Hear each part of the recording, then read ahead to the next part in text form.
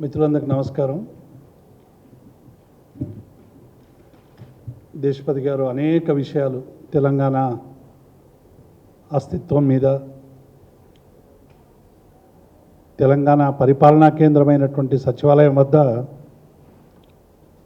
తెలంగాణ ప్రాంతానికి, తెలంగాణ అస్తిత్వానికి, తెలంగాణ పోరాటానికి ఎలాంటి సంబంధం లేని ఒక కాంగ్రెస్ నాయకుని విగ్రహాన్ని ప్రతిష్ఠించడం అనేటువంటిది తెలంగాణ సమాజం తీవ్రంగా వ్యతిరేకిస్తుందనేటువంటి విషయాన్ని మేము ఈ సందర్భంగా గుర్తు చేస్తూ ఉన్నాం.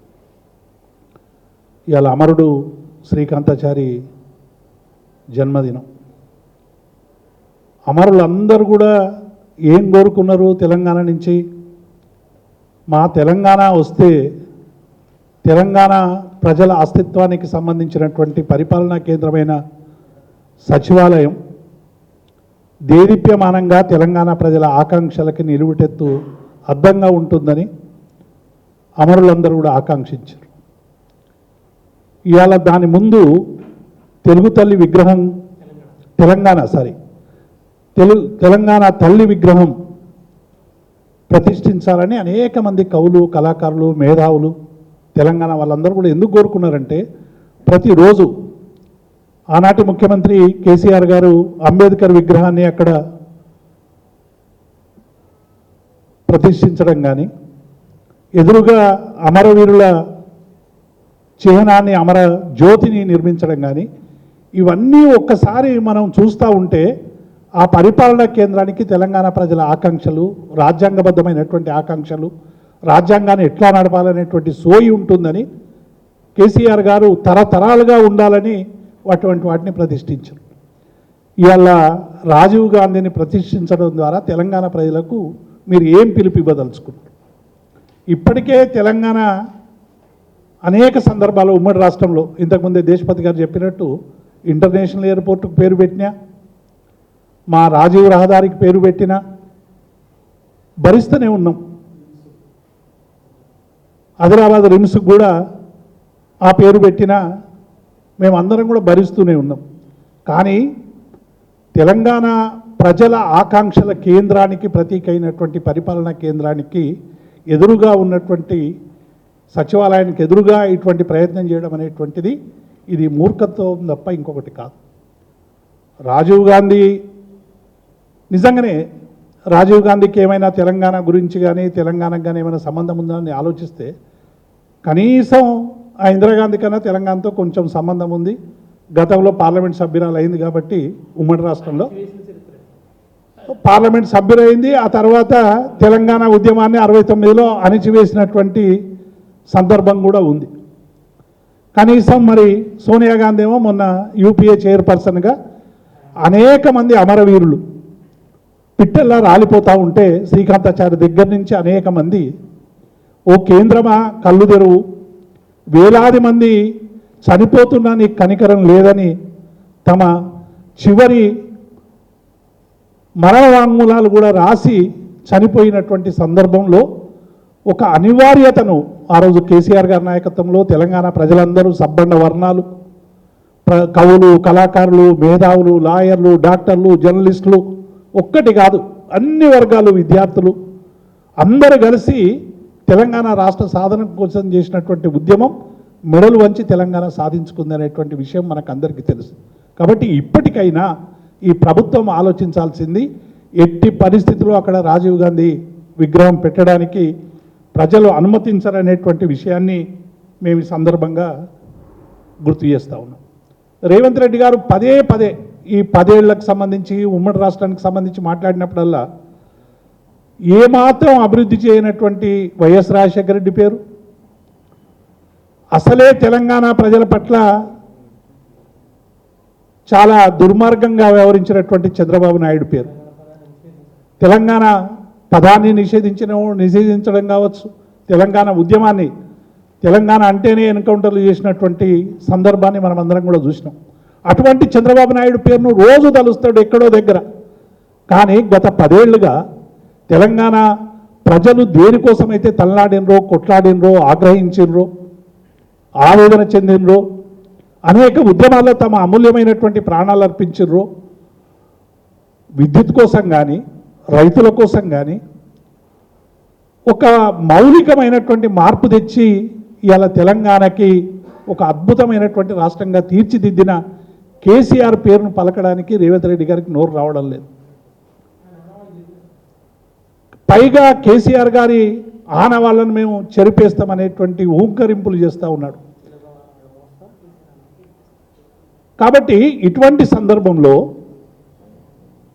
ఎప్పుడు కూడా తెలంగాణ ప్రజలకు సంబంధించినటువంటి ఆకాంక్షలు సోయి లేకుండా మాట్లాడుతున్నటువంటి రేవంత్ రెడ్డి గారికి మేము ఈ సందర్భంగా విజ్ఞప్తి చేస్తూ ఉన్నాం, డిమాండ్ చేస్తూ ఉన్నాం. ఎట్టి పరిస్థితిలో కూడా ఆ విగ్రహాన్ని అక్కడ నిలిపితే డెఫినెట్గా ఒక ఉద్యమ కార్యాచరణ మొదలవుతుంది. మేధావులందరూ కూడా ఆలోచించాలి. ఇంతకుముందే చెప్పినట్టు అనేక మంది మేధావులు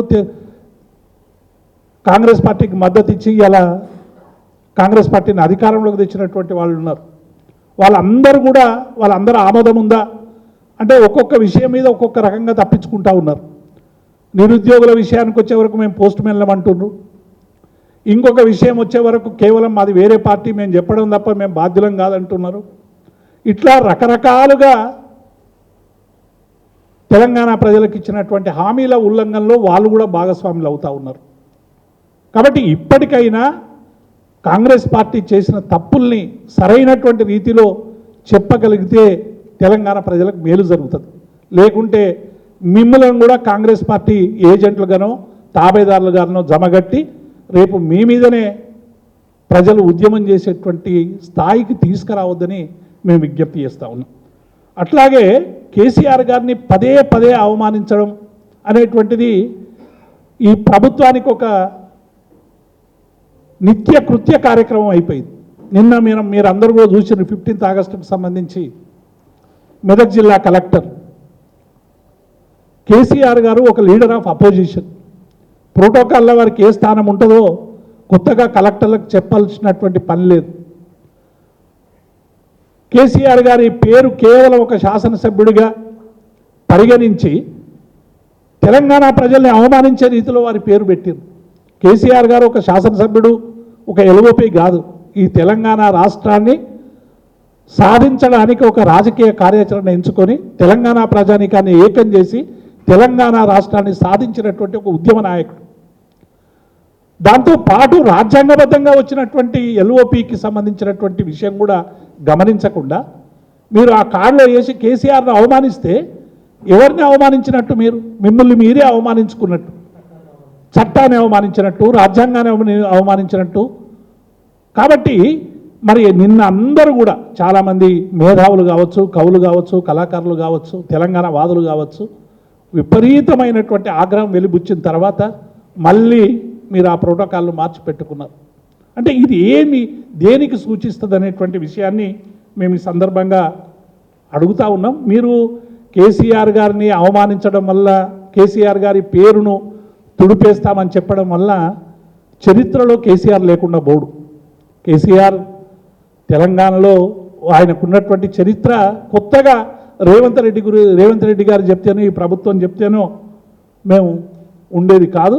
అందుకే ఈ అధికార పరిపాలనా కేంద్రానికి సంబంధించి కానీ, లేకుంటే చిహ్నాల గురించి కానీ తెలంగాణలో ఏ మౌలికమైనటువంటి మార్పు తీసుకురావాలనుకున్నప్పుడు మీరు అసెంబ్లీలో చర్చిస్తాము. అది మేము ప్రజారంజక పాలన, జనరంజక పాలన అని చెప్తా ఉన్నారు. ఈ జనరంజక పాలన గుర్తేంది అనేటువంటి విషయాన్ని కూడా చెప్పాల్సినటువంటి పూర్తిగా ఈ కాంగ్రెస్ ప్రభుత్వం కుంటి సాకుల ప్రభుత్వంగా మారిపోయింది. ఏ ఒక్క డిమాండ్లు కానీ 15 క్యాబినెట్ సబ్ కమిటీలు వేసి ఒక్క క్యాబినెట్ సబ్ కమిటీ కూడా ఇప్పటి వరకు ప్రజలకు సంబంధించినటువంటి సమస్యల మీద ఒక పరిష్కారం చూపెట్టినటువంటి పరిస్థితి మారింది. కాబట్టి ఇవాళ అందరం మేము ఎందుకు ఉద్యమకారులుగా ఇవాళ మేము ఆవేదన చెందుతూ ఉన్నామంటే, తెలంగాణ రాష్ట్రం సిద్ధించిన తర్వాత సరే తెలంగాణ ఉద్యమానికి ఆ రోజు రేవంత్ రెడ్డి పాత్ర ఏముంది ఏంటిది అనేటువంటిది మళ్ళీ కొత్తగా మనం చెప్పనక్కర్లేదు. కానీ ఒకవైపు ఉద్యమాన్ని అవమానించేటువంటి పద్ధతులు, ఒకవైపు అస్తిత్వాన్ని అవమానించేటువంటి పద్ధతులు, మరొక వైపు తెలంగాణ ఉద్యమంలో ఉన్నటువంటి నాయకుల్ని అవమానించేటువంటి పద్ధతులు, ఇవన్నీ కూడా విడనాడాలని మేము డిమాండ్ చేస్తూ ఉన్నాం. ఒకవేళ ఇటువంటి నిర్ణయాలు తీసుకుంటే మీకు ఇలా బలం ఉంది, ప్రభుత్వం ఉంది, మేము ఇష్టం వచ్చినట్టు చేసుకుంటాం అని అంటే తాత్కాలికంగా మీరు పైశాచిక ఆనందం పొందొచ్చు. కేసీఆర్ పేరు లేకుండా చేస్తున్నాం, కేసీఆర్ ఊరు లేకుండా చేస్తున్నాం, కేసీఆర్కు ప్రజలకు డీలింక్ చేస్తున్నాం అని మీరు తెలంగాణ తల్లి తీసేస్తే కేసీఆర్నే తీసేసినట్టు అనే ఒక పైశాచిక ఆనందం ఉంటే మీకు ఉండొచ్చు. కానీ ఆ పైశాచిక ఆనందమే డెఫినెట్గా రేపు తెలంగాణ ప్రజల క్రోధాగ్నిగా మారుతుంది అనేటువంటి విషయాన్ని మేము స్పష్టం చేస్తూ ఉన్నాం. మీ ప్రతి అవమానం మీరు తెలంగాణ ప్రజల పేరు మీద కేసీఆర్ గారిని చేసేటువంటి అవమానం కావచ్చు, లేకుంటే తెలంగాణ పేరు మీద తెలంగాణ ఉద్యమకారులని, తెలంగాణ వాదుల్ని, తెలంగాణ అస్తిత్వాన్ని చేసేటువంటి అవమానం కావచ్చు. ప్రతి దానికి ఇవాళ తెలంగాణ ప్రజలు లెక్క కడతా ఉన్నారు. ఆ లెక్కలన్నీ మేము సరిగ్గా రాసుకుంటున్నాం. ఆ లెక్కలకు అన్నిటికీ కూడా బదులు తీసుకుంటాం అనేటువంటి విషయాన్ని మేము ఈ సందర్భంగా హెచ్చరిస్తా ఉన్నాం. Thank you. జై తెలంగాణ.